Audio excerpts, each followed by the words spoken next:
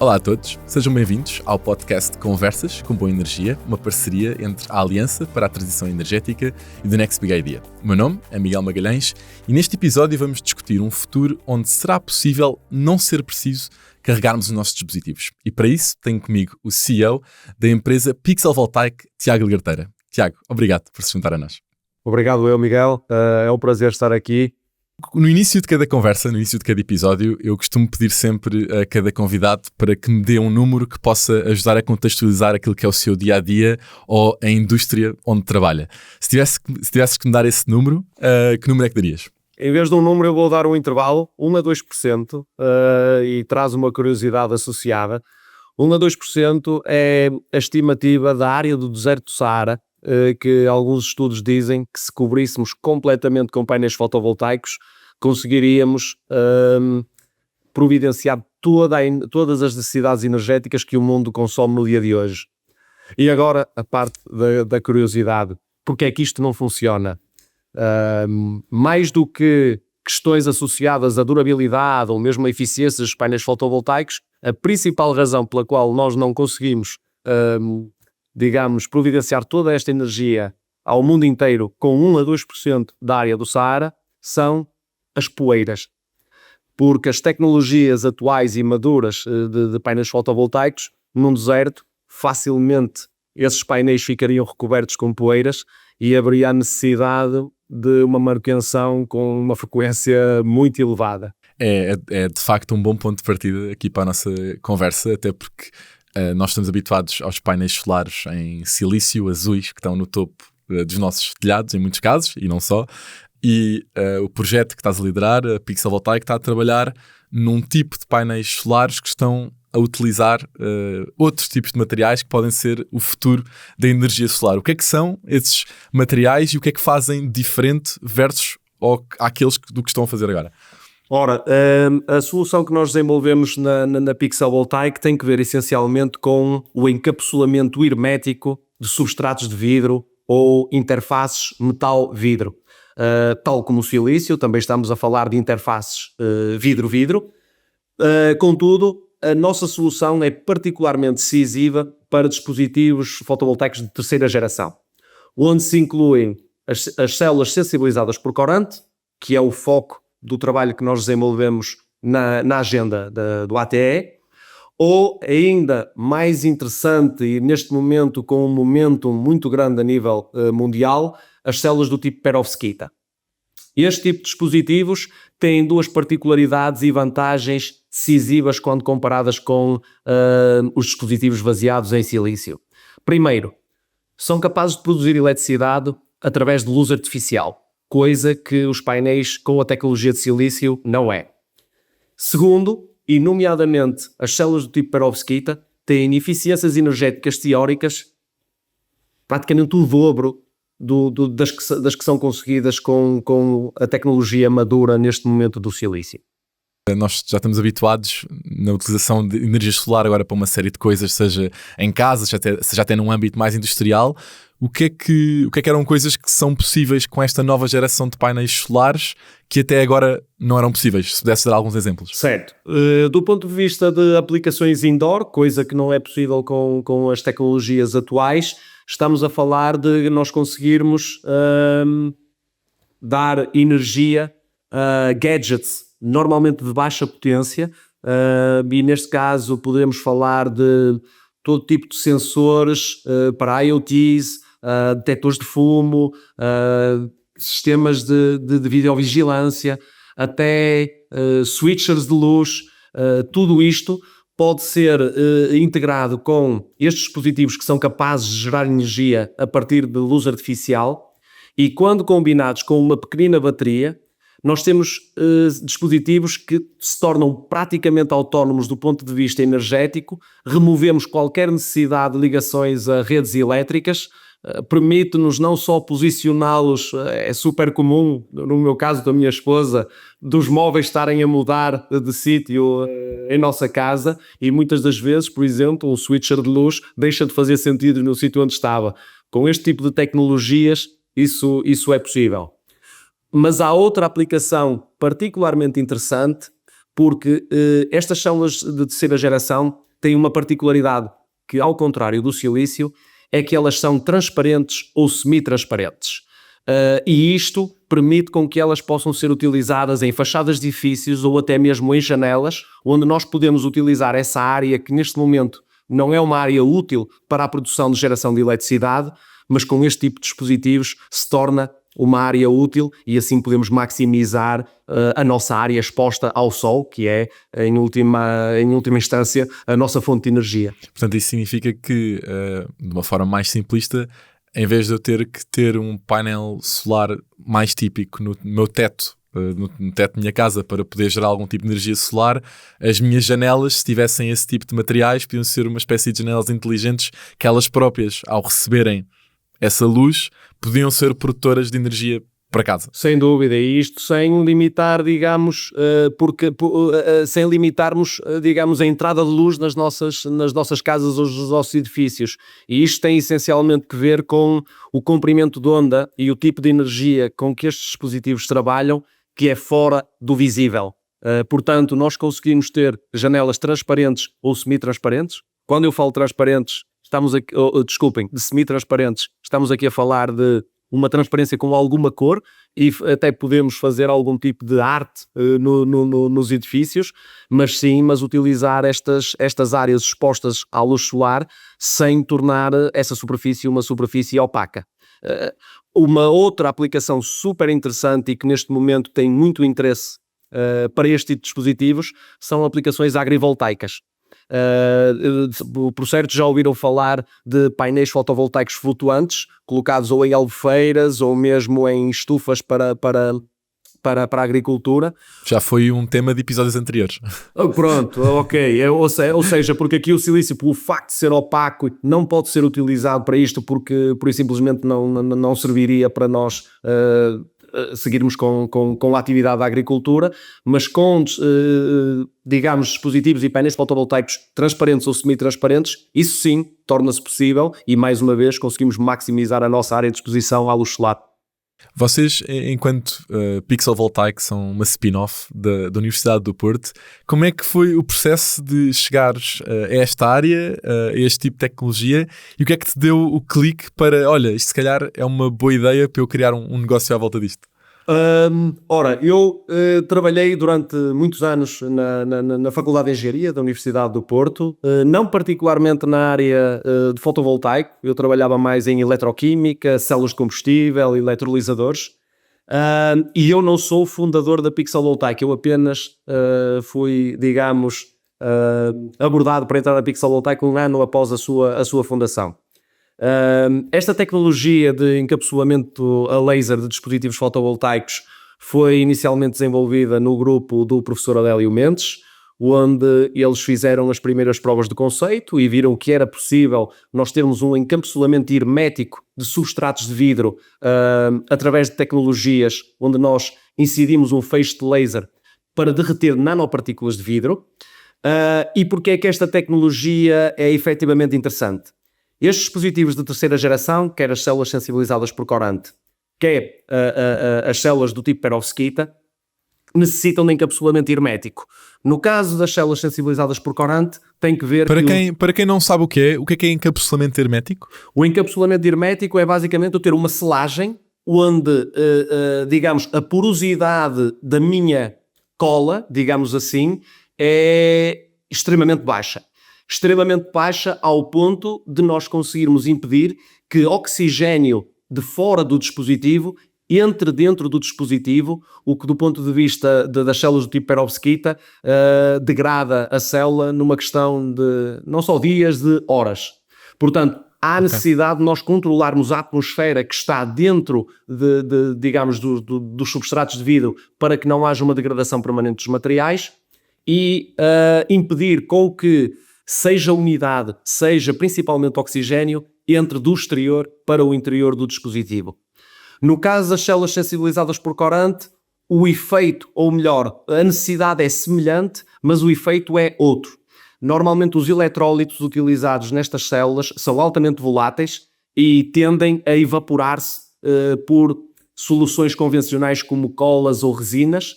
porque não conseguem providenciar esse encapsulamento hermético. E é algo que nós, com um perímetro feito de nanopartículas de vidro, que depois são derretidas com a incidência deste feixe de laser, é isso que torna, digamos, a tecnologia diferenciadora. E na vossa história, como é que aparece a ATE, a Aliança para a Transição Energética, e porque é que fez sentido naquilo que era o caminho e no processo de desenvolvimento desta tecnologia integrar uma agenda deste género?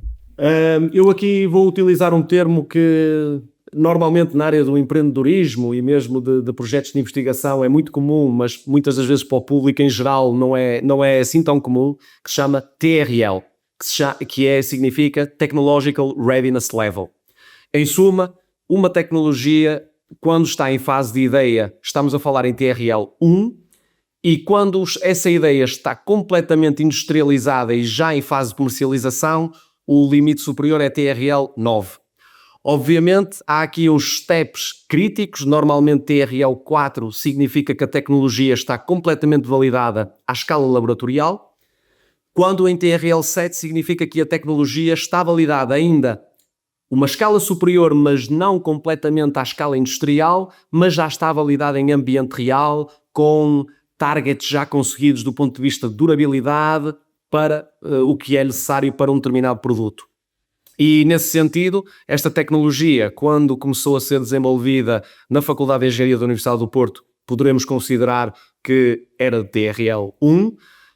Houve muita investigação durante muitos anos, mas para nós conseguirmos industrializar este processo de encapsulamento e levá-lo a algo que possa ser colocado numa linha de produção com um output relevante do ponto de vista industrial e para baixar o custo de produção, digamos, destes painéis, há aqui umas milestones e principalmente desafios do ponto de vista da engenharia que necessitavam de que se colocasse skin on the game. E então a ideia na altura da fundação da Pixel Voltaic foi criar-se uma startup, uma spin-off da Universidade do Porto, que conseguisse levar a tecnologia para lá da fase de ideia e de demonstração à escala laboratorial, para que um dia esta tecnologia pudesse ser colocada no mercado de uma forma não só eficiente, mas também economicamente competitiva. E como é que tem sido a colaboração com eles em termos de acesso que tiveram, ou o que é que estarem presentes nesta agenda permite, que passos vos permitiu dar para poderem chegar a esses níveis de preparação e de poderem passar a ser uma parte ativa e de terem um produto disponível no mercado, de certa forma? Isto tem que ver com o facto de a Pixel Voltaic foca-se essencialmente no desenvolvimento de máquinas para este encapsulamento hermético e não no desenvolvimento da química por detrás deste tipo de dispositivos. Por isso é que quando surgiu a oportunidade de nós participarmos no ATE, houve uma clara distinção entre as atividades feitas na Faculdade de Engenharia da Universidade do Porto, onde eles fazem desenvolvimento de novos materiais, fazem também não só testes de degradação acelerada, mas nós, no caso, eles trabalham em áreas mais pequeninas, onde conseguem publicar artigos científicos, conseguem demonstrar que os materiais são efetivamente promissores, mas nós da Pixel Voltaic, o nosso principal objetivo foi sempre pegar numa tecnologia que tinha limitações do ponto de vista de output. Quando é que falo de output é quantos painéis eu consigo selar por dia ou quantos painéis eu consigo selar por unidade de tempo, e construir máquinas que começassem a duplicar, triplicar ou fazer 10 vezes mais dispositivos no mesmo espaço de tempo. Isso tem que ver com a utilização de sistemas mais próximos do que é utilizado na indústria, sistemas mais robustos, sistemas escalados, e é esse o nosso papel. Na agenda, a Pixel Voltaic focou-se essencialmente em construir uma máquina que pudesse não só manter as taxas de sucesso de selagem hermética, mas ao mesmo tempo multiplicar no mínimo 10 vezes a quantidade de dispositivos que nós conseguíamos encapsular quando comparado com o que é feito nos grupos de investigação da Faculdade de Engenharia. Vamos então falar um pouco sobre essa tecnologia que é a Laserbox. O que é que tem sido o processo de desenvolvimento dessa tecnologia e que resultados ou então de testes já têm estado a fazer, que melhorias é que traz à forma ou ao processo anterior a como tudo isto era feito? Certo. Eu aqui começaria por explicar um bocadinho a nossa competitive landscape. Obviamente, do ponto de vista de encapsulamento e de estratégias de impedir que o oxigênio entre no interior das células de perovskita ou que o eletrólito volátil das células sensibilizadas por corante se evapore do interior para o exterior, nós temos competidores. E os principais competidores são claramente colas ou resinas que, quando são sujeitas a ambiente real, têm stresses mecânicos, quer do ponto de vista de ciclos de aquecimento e arrefecimento, como devem imaginar um painel fotovoltaico durante o dia, e quando está exposto à luz solar, a temperatura na sua superfície é muito superior daquela temperatura que eles estão expostos à noite, por exemplo, e isso cria stress mecânico em materiais poliméricos, que são o que compõem normalmente estas colas ou estas resinas. Portanto, estas colas e estas resinas não são uma solução para nós termos um painel que dure 10, muito menos 20 anos, sem terem que ser reciclados, construídos de novo e todos os custos associados a isso. Dentro, como eu falei no início, deste encapsulamento com nanopartículas de vidro, nós não somos os únicos. É possível encapsular estes dispositivos com nanopartículas de vidro, com um perímetro composto por nanopartículas de vidro, com um método chamado termocompressivo. De uma forma simples, eu coloco alguma compressão nos substratos de vidro, levo isto a um forno, faço um tratamento térmico a 400 graus e eu consigo derreter este perímetro de vidro e torná-los encapsulados. Qual é o principal problema e pelo qual nós temos uma vantagem diferenciadora? Quase todos os componentes que estão dentro destas células, os componentes ativos, sejam eles os corantes, sejam eles as perovskitas, não conseguem aguentar ambientes onde as temperaturas são superiores a 100, 120 graus centígrados.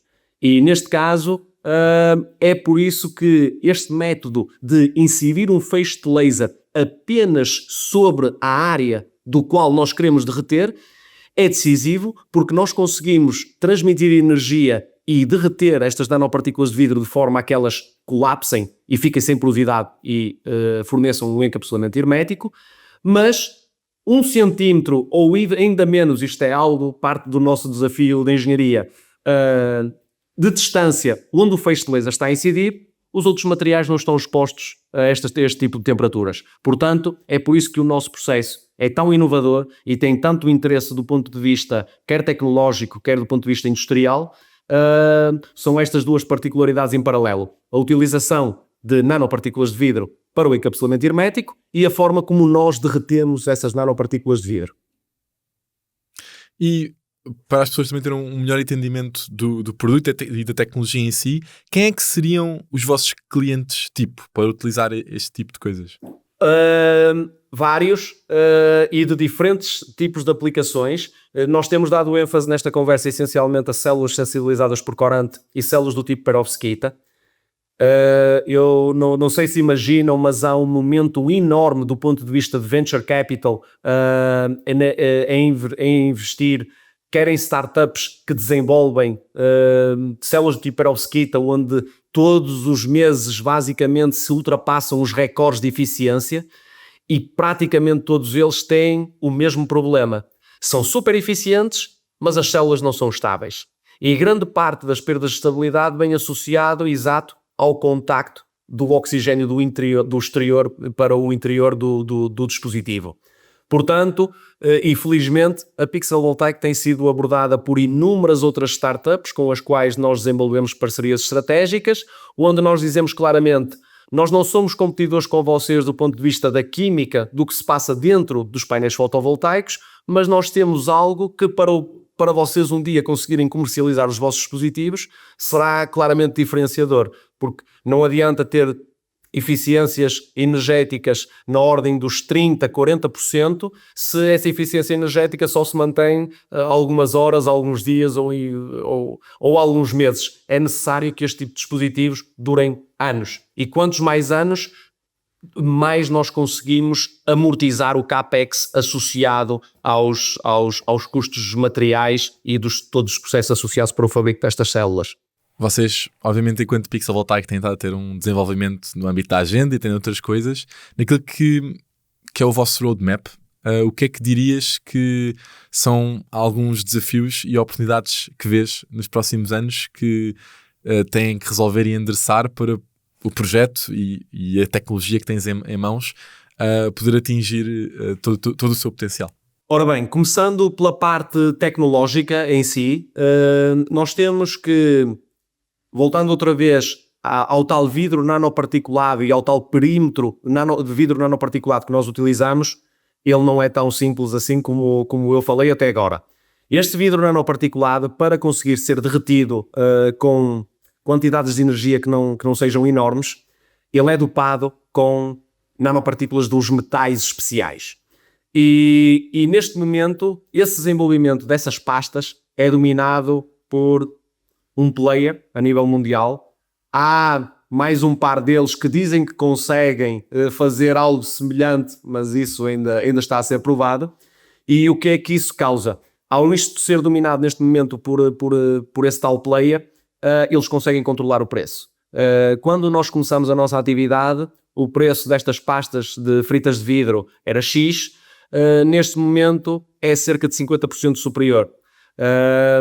Obviamente, se houver competição ou se nós tivermos a capacidade de também fazer esse desenvolvimento in-house, obviamente não é o custo dos materiais em si que está nestas pastas de vidro que determina o custo que nós pagamos neste momento. Obviamente há muito brainware, muito know-how por trás, mas temos que diversificar, obviamente, a nossa rede de fornecedores neste aspecto. Depois, há outros desafios, mais do ponto de vista mecânico. Estes sistemas de laser, normalmente, e pegando no que era desenvolvido na Faculdade de Engenharia da Universidade do Porto, os sistemas de movimento, como nós corríamos ou varríamos o perímetro com o sistema de laser, tinha algumas limitações. Era fácil de utilizar para pequenas áreas, mas para escalar isto, por exemplo, para painéis de 1 metro por 1 metro, tinha algumas limitações.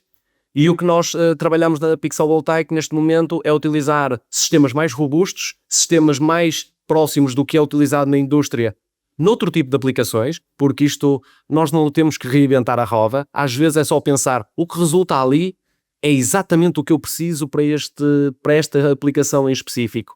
E é um bocadinho, digamos, esse caminho das pedras que nós temos feito. Agora, isto já se sabe que os painéis fotovoltaicos, e principalmente por questões geopolíticas e de competição no mercado, nós temos que ter margens de custos de produção que são cada vez mais curtas e é difícil ser competitivo com mercados mais avançados como o americano e principalmente o chinês. Ou seja, o que eu quero dizer é, nós temos que conseguir barrer e derreter esta frita de vidro no mais curto espaço de tempo possível. E isto passa por conseguir derreter esta frita de vidro com velocidades superiores, com, digamos, menos tempo de descanso entre os substratos, porque estas tensões térmicas são decisivas para que depois o vidro não delamine ou mesmo não parta, e isto obviamente tudo o que delaminar ou partir significa desperdício e vai ter um impacto depois no preço final do nosso processo e dos dispositivos. Portanto, é um bocadinho este caminho ao longo da TRL que nós estamos a fazer. Nós neste momento temos a tecnologia validada à volta de TRL 5, 6. Não é que o de-risking científico está feito, mas agora há desafios do ponto de vista da engenharia para que estes sistemas consigam ser colocados em linhas de produção completamente automáticas e tenhamos, peço desculpa pelo termo, estas linhas a cuspir painéis fotovoltaicos a uma velocidade para que nós consigamos competir, por exemplo, com os chineses. Tiago, estamos aqui a chegar ao final da nossa conversa e eu tenho sempre uma rúbrica, um segmento a que chamo Deadlines, em que a ideia é ter um conjunto de perguntas rápidas que não têm respostas se calhar tão rápidas quanto isso para tentar fazer um olhar sobre o futuro e alguns prognósticos. E a primeira pergunta que eu te queria colocar era que tivemos a falar aqui muito tempo sobre uma nova geração de painéis solares e do que é que podem trazer ao mundo. Se tivesses de olhar para daqui, vamos dizer, a 30 anos, o que é que será o aspecto de um painel solar o que é que dirias? Isso é uma boa pergunta. Eu diria transparentes, mais pequenos, ou melhor, podem ser do mesmo tamanho, mas significa que nós vamos conseguir produzir muito mais energia com a mesma área. Mas mais do que olhar para o aspecto dos painéis solares, eu diria olhar à nossa volta, porque tudo tem potencial para que nós tenhamos basicamente este tipo de dispositivos em todo o lado.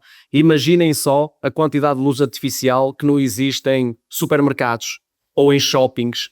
Basicamente nós conseguiremos dentro do que são os IoTs, de ter sistemas integrados, comunicam uns com os outros, nós conseguiríamos diminuir a nossa dependência da rede elétrica de uma forma brutal. E uma coisa que eu ainda não falei que é super interessante é a aplicação em satélites. Eu tenho uns amigos de Madrid que neste momento lançam satélites que chama-se Fossa Systems, a empresa deles. Eles já lançam satélites com a SpaceX e são essencialmente satélites de controle, não só de meteorologia, mas também de outro tipo de parâmetros. E eles utilizam células que neste momento não são tão eficientes como aquelas em que nós trabalhamos. E as nossas células têm potencial tremendo para serem utilizadas no espaço e o resto eu deixo à vossa imaginação. E no mundo, ou nas próximas décadas, no mundo em que esta tecnologia está amplamente implementada em tudo aquilo que são rotinas do nosso dia-a-dia, o que é que tu achas que ia mudar àquele conceito das cidades do futuro e de uma série de coisas que vão sendo trabalhadas? Qual é que é o aspecto de uma cidade onde esta tecnologia está em cada canto para onde olhamos?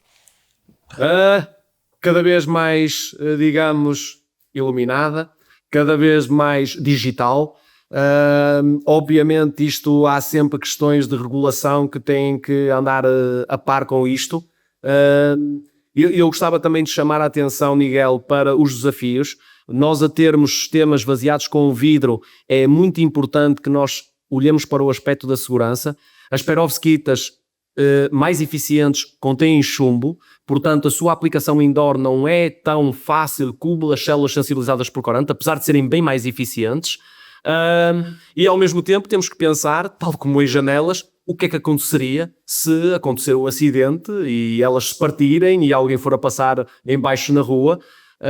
Portanto, eu acredito que serão obviamente cidades mais ligadas, o conceito de comunidades de energia vai sem dúvida beneficiar deste tipo de dispositivos, mas ao mesmo tempo temos o aspecto regulatório, temos o aspecto de segurança e nisso, para o bem ou para o mal, é um pau de dois bicos. A Europa é, sem dúvida, das regiões no mundo que mais se preocupa com este tipo de aspectos, mas muitas das vezes anda mais lento do que outras regiões porque a burocracia também está associada a esta lentidão. Se tivesses de tomar uma decisão para acelerar o teu projeto neste momento, qual é que era a decisão? A decisão, eu não acredito tanto em decisões disruptivas, eu acredito mais em... A nossa vida numa startup é feita de ups and downs. O que importa é que a média tenha um declive positivo. Portanto, eu acredito mais em melhorias incrementais, um bocadinho todos os dias, mantermos-nos obviamente dentro do que são os nossos princípios, do que são os nossos objetivos a médio e longo prazo, mas nós temos que continuar a estabelecer parcerias porque isto é uma área onde há big players e nós somos um peixe pequenino no mar cheio de tubarões e é uma cadeia de valor tão grande que sozinhos e muito menos uma startup consegue, digamos, trazer sozinha uma tecnologia nova para o mercado. Portanto, estas parcerias estratégicas, quer downstream do ponto de vista de aplicação, quer upstream do ponto de vista de fornecimento de materiais e de know-how, é crítica e é nisso que nós tentamos trabalhar todos os dias. Tiago, obrigado por te juntares a nós neste episódio. Obrigado eu, foi um prazer. Não se esqueçam de subscrever o podcast e de deixar comentários nas plataformas onde estiveram a ouvir. Se quiserem saber mais histórias de inovação no âmbito da Aliança para a Transição Energética, podem ir ao site aate.pt e se quiserem acompanhar mais histórias de inovação no âmbito geral, podem subscrever a newsletter do The Next Big Idea em thenextbigidea.pt. Fiquem bem e até à próxima.